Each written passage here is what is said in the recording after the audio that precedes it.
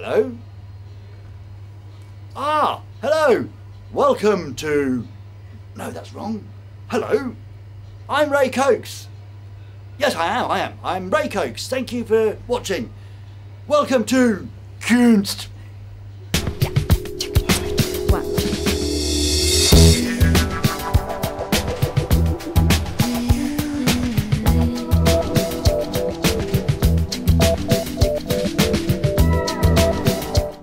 Afgelopen vrijdag was er natuurlijk ook nog Eurosonic.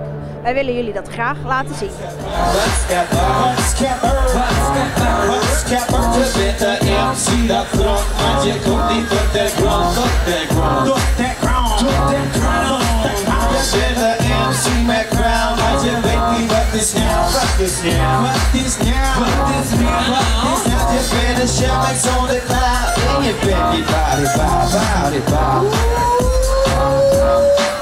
Hoe was jullie eerste optreden van 2012 dan? Heerlijk. Het was een soort een maagdelijk jaar is ingewijd. Dat is heerlijk. Ja. Is dit van jullie afscheidstour dan? Afscheidstour? Jullie gaan toch uit elkaar? Weet ik veel, zo wordt het allemaal aangekondigd. Ik heb daar de memo niet van ontvangen. Dus, nee, volgens mij is de jeugd is levendiger dan ooit.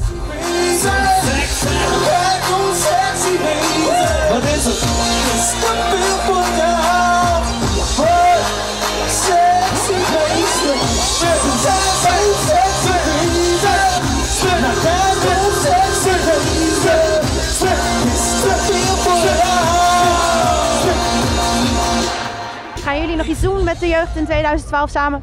Ja, nou niet zoveel. Gewoon een plaat maken. Wel? Wanneer? En optreden. Wanneer komt die uit? Ja, ik weet niet, we moeten hem nog maken. Okay.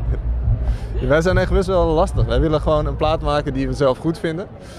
Dus als dat maar we zijn ook lui. Dus als het kan in een week, dan een week. Maar als het moet in 3 maanden, maar het lukt niet, dan doen we er gewoon toch een jaar over. Weet je, dat is gewoon... Goed is belangrijker dan snel.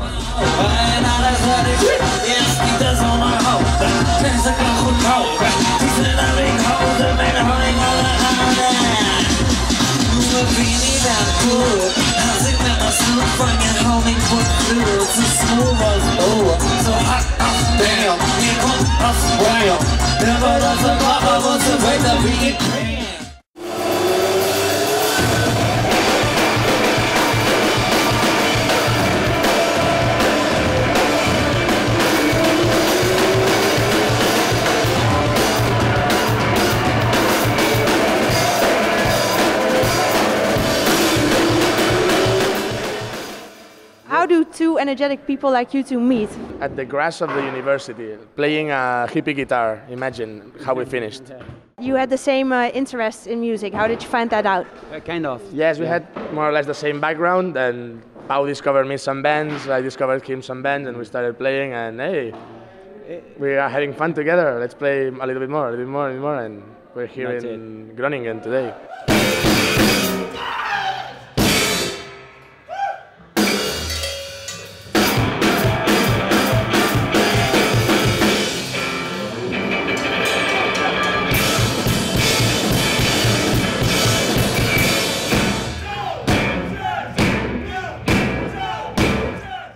All the instruments you are playing, did you learn that after university or did you know that before? How did that go? We never took classes, but we spent a lot of hours in the practice room, playing whatever there was in the practice room, smoking and playing. That's how you learn music.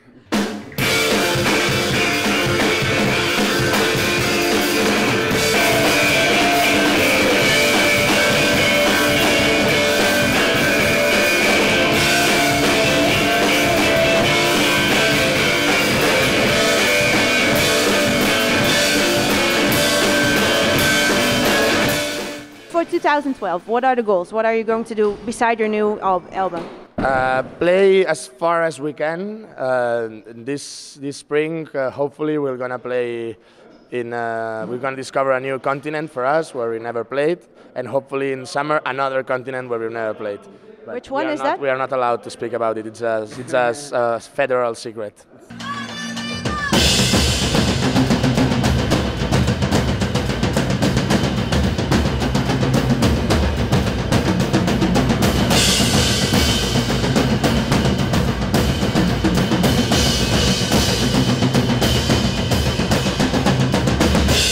where do you know each other from? We were a gang hanging out, and it was a lot of musicians, and you know, we listened to music and we played some together for fun. But 2 years ago we talked about, you know, seriously making music together in a more serious way.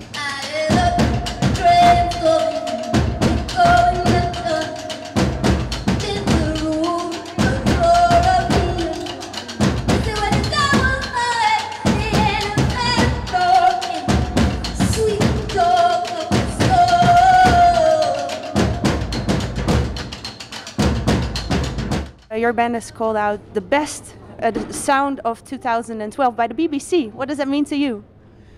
When we heard we were on the long list, we didn't know what the list was, because in Sweden it's not that famous, that list. We don't know about it. But now I don't know what that is. Tell me, what is that list? It's British journalists that have gone through new music, and they predict what they think is going to be something to listen to in 2012. Somebody told me this. But we're so honored, and it feels like it's unreal for us, actually.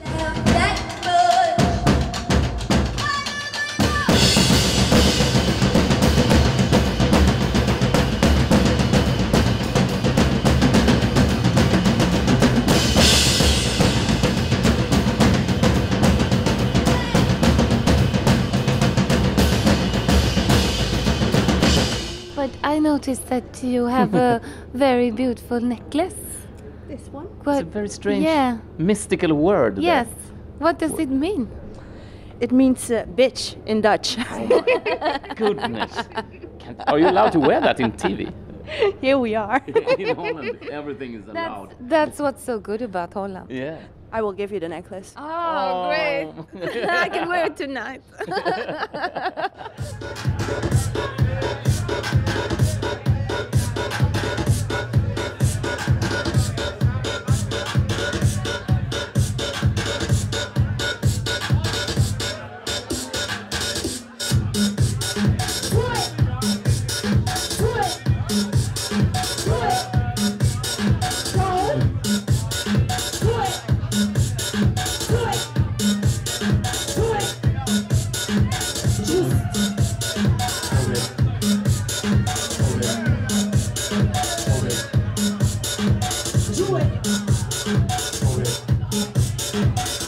Tell us about when you started rapping, MCing, doing all the fun stuff you do now. I started 2 years ago. The first song I did ever put any vocals on was Ayoba, that was produced by Slacht of Bronx, and it features me and Spook Matambo.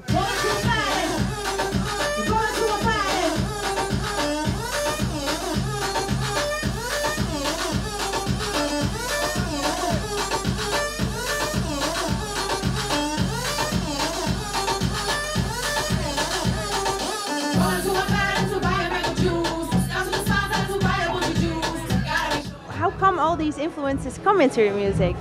I think it'd be impossible and kind of stupid not to let yourself be inspired by many different genres from all over the world, because that's how I view the world. You know, that's how I grew up, and that's the kind of society that I live in, and that's the kind of society that I want to live in. Your name is with one N, just like mine. So do you have roots from the Balkan? Yeah, I'm born in former Yugoslavia. I'm born in Beograd, and then because of the war, we went to Sweden. So I grew up in Sweden, yeah.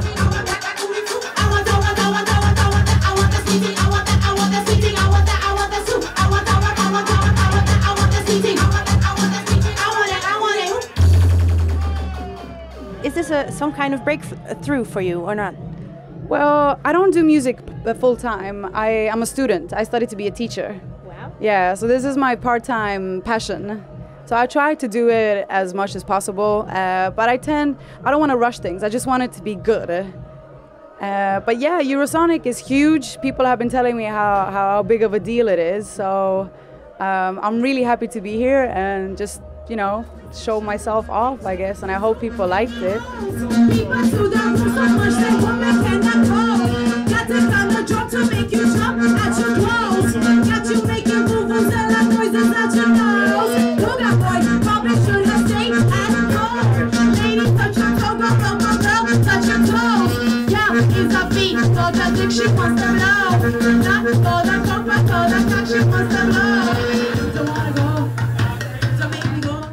What does your future look like? Well, teaching is my passion. That's what I want to do in life as a profession. Because I love kids. I really do believe in doing something valuable, and to me, working with children is the most valuable thing ever. But music has also inspired me to be a better teacher, and vice versa. But yeah, like I really, really want to do more with music, because everything has been going so fast. Like you said, 2 years and then I'm Eurosonic. So I didn't expect it to go this fast. So I haven't really been having time to think like, okay, what's the next serious step? We zijn hier bij de Oosterpoort om te kijken wie er uiteindelijk de Popprijs gaat winnen. En natuurlijk gaan we bandjes checken.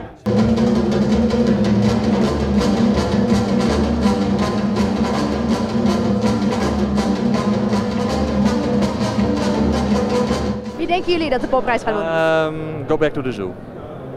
Ik zeg aan de jeugd van tegenwoordig, maar jij zegt eigenlijk, hoe heet het? Ja, Afrojack zou het ook wel hebben. En hij heeft er verstand van, hoor. Hij heeft wel een Ebbe Award gewonnen. Ja, precies. Maar ik zeg de jeugd van tegenwoordig, want die teksten, hè? Ik wil graag weten wie jij denkt dat de Popprijs gaat winnen. Nou, ik heb heel veel verschillende namen gehoord. En ik hoop eigenlijk dat Afrojack het wordt. Omdat hij, denk ik, voor de Nederlandse dance-industrie weer echt iets bijzonders heeft neergezet. Zijn eigen stijl heeft ontwikkeld die met name in het buitenland heel goed aan het doen is. En ik hoop niet dat ze gaan kiezen voor een oeuvreprijs voor mensen die al langer bezig zijn. En dan eigenlijk vanuit een soort armoede aan succes van nieuwe artiesten die echt iets betekend hebben, dan maar een oeuvreprijs gaan uitdelen. Wat ik graag wil weten is, hoe kom je aan die kaart? Precies. Hoe ben je daar aangekomen? Dus je kreeg iets van een Facebook-vriend en toen ging je naar de CBK, Plato. Waarom dan? Nou, om eerlijk te zijn liep een klein jongetje met een bril voor de Oosterpoort langs.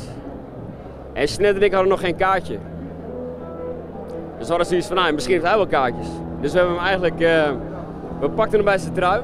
Ik deed het woord en nou, ik vroeg aan hem van, nou, goh, heb je kaartjes? En hij zei ja. Nou, eigenlijk hebben we zijn kaartjes afgepakt, stiekem. We hebben hem beroofd eigenlijk. Sorry, okay, als we ooit nog eens zien, het spijt me. Ik had jou dit ook gegund, want het is echt een leuke ervaring. Maar ik ben wel blij dat wij het in plaats van jou doen.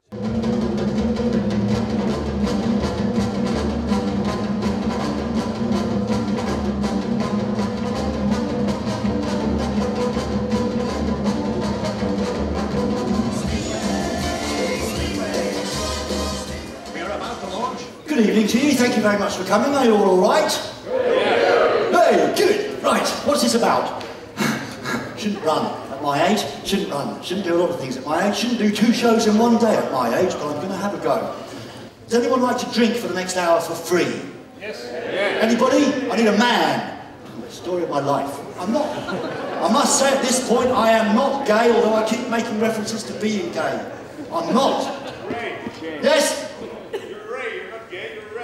Thank you, sir. Is this similar to your show you did on MTV? Because you had cameras and a lot of people over there too, I guess. No, tonight was tonight honestly was a bit out of control for me. It was a bit and there was the guy who walked in on the radio station live on the. I mean, how is that allowed? He's always like that. He always thinks he's permitted to do everything. So that's why the public was applauding for you when you said like, hey, this is my show, just bug off. Yeah, it was a good thing. But he's my friend. He didn't tell me you were coming. Now I have to do things over there now because I've got my own show. Is that all right? I don't respect and everything. Thanks, man. Would you mind just going over there? I'm sure some big. Thank you.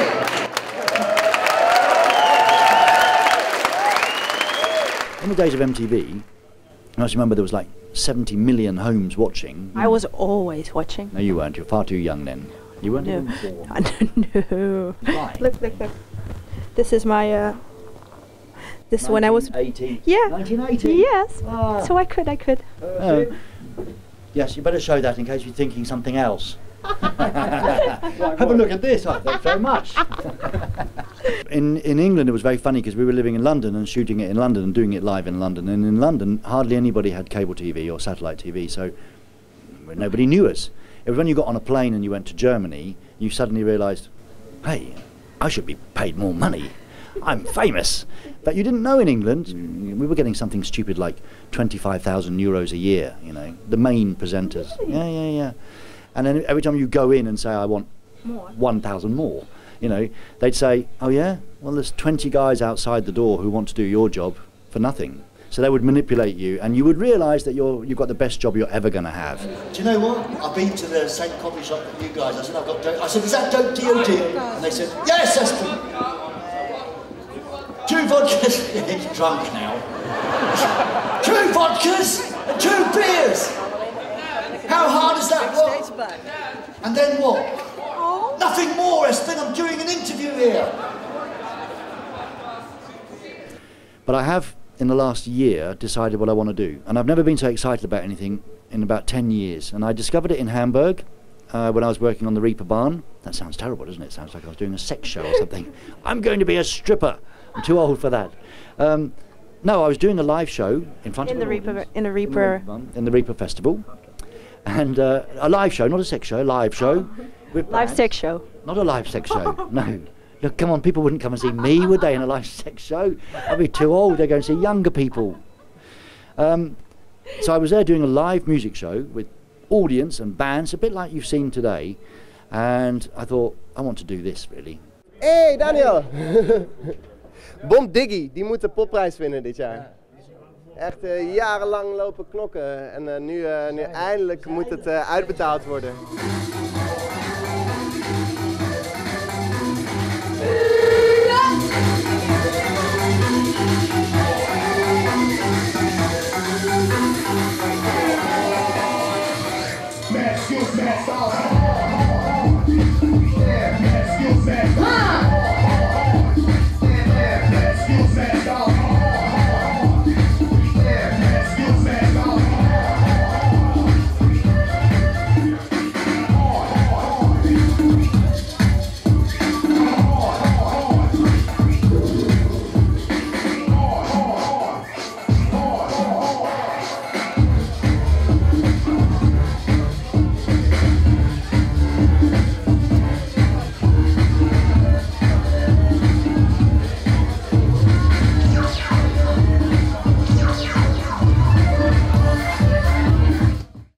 De Popprijs 2011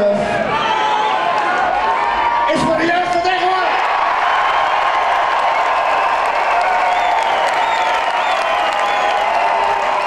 Ik hoor hier net allemaal van die vragen alsof jullie niet serieus worden genomen. Maar hoezo denken jullie dat überhaupt? Ik bedoel, what the fuck, jullie hebben net die prijs gewonnen. Jullie zien toch altijd al die mensen bij jullie optredens? Wat is gebeurd? Er is een algemeen ding dat muziek die humoristisch is, zeg maar, waar af en toe waar je om kan lachen af en toe, dat het dan ook betekent dat het dan niet serieus bedoeld is als muziek. Het heeft niet zozeer te maken met de bang zijn dat we niet serieus genomen worden. Want de enige guy wiens mening ertoe doet, is die van die guy die een cd koopt. Of een meisje, weet je, of die naar je show komt. En wij weten echt wel dat zij ons wel gewoon heel leuk vinden en serieus nemen. En de jury ook?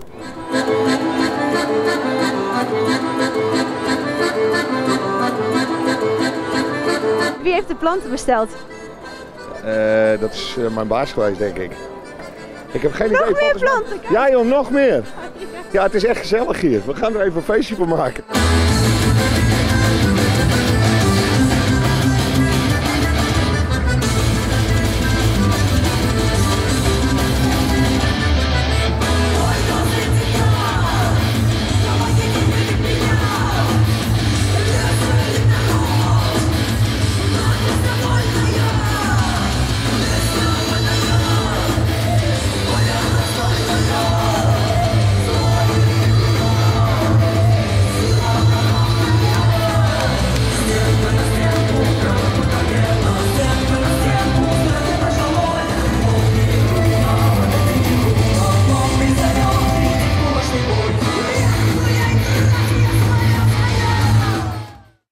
Dit was Eurosonic Noorderslag 2012. Mijn hart stroomt over van geluk, want de jeugd van tegenwoordig heeft de Popprijs gewonnen. Bovendien heb ik ze geïnterviewd, loopt er iemand in Scandinavië rond met een kettingje met trut, wat daar volgens mij iets van zeemeel betekent. Echt, kan niet beter. Ik wens jullie een hele fijne avond.